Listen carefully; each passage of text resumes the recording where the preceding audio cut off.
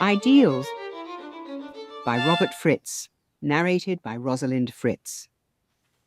Do a quick check on yourself. What are the ideals that you have adopted for your life? Most people adopt ideals of how they should live in childhood and update them throughout their lives. However, they are never able to live up to their ideals. There will always be a difference between the ideals you have and how you are. Here's why. Ideals are abstract concepts about how we should live. Plato called them virtues. Concepts are neither true values nor genuine aspirations. Instead, they are notions, theories, and generalizations that are used as a model of how to live, what to think, what kind of person to be, perhaps even what kind of work or career to pursue.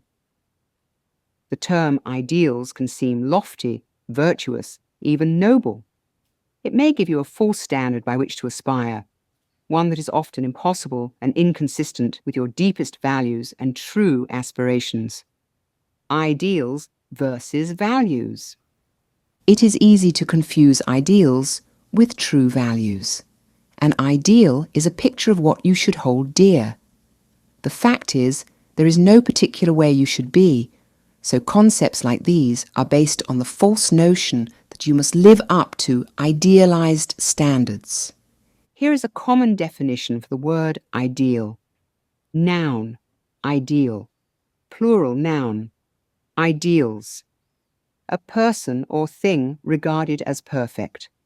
A standard of perfection. A principle to be aimed at. Synonyms: perfection, paragon, epitome, shining example, nay plus ultra, dream. True values come from what you think is more important and what you think is less important. Ideals are models of good or perfect behavior. Values come from our critical choices in reality. You know your values, especially when they are in conflict with other competing values. Let's say that truth and kindness are two of your values. You go to a concert that featured your sister. Poor thing, she can't carry a tune in a basket. After the concert, you have a conflict between truth and kindness. If kindness were the higher value, you might say, "Sis, you were great." If truth were the higher value, you might say, "Sis, you were pretty terrible." And if you could not decide which of these values were more important, you might say something like, "Sis, for a person who can't carry a tune in a basket, you were great." Choice versus ideals. In our experience, when people have a choice as to how they want to live and what they truly want, they want some very good things. They want good relationships, meaningful work, good health, and a host of other very productive results. They may not know how to create such a life, but that doesn't prevent them from wanting it. If you could have good relationships, meaningful work, and good health, would you take it? Of course you would. This is not adopting an ideal, but recognizing some of your true desires. Choice means you can do it, whatever the it is, or not do it.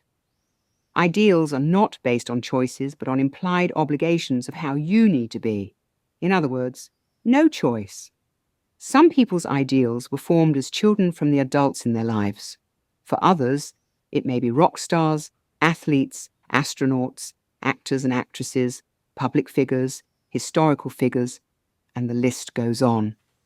There are many models from which to choose, yet wherever the ideals came from, they function exactly the same way.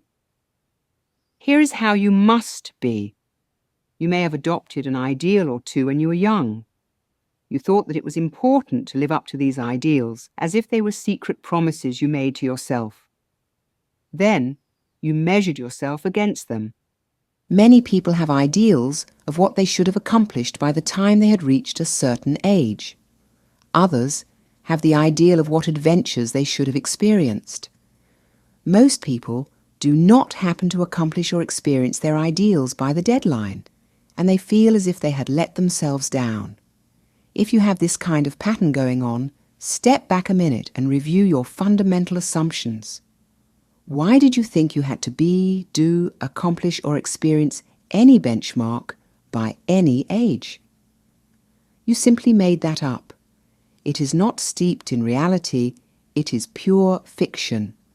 So here is a very simple yet life-changing principle. Rid yourself of all ideals. The goal of life is not perfection. The blessing of life is a chance to be involved with life. The point of life is to live.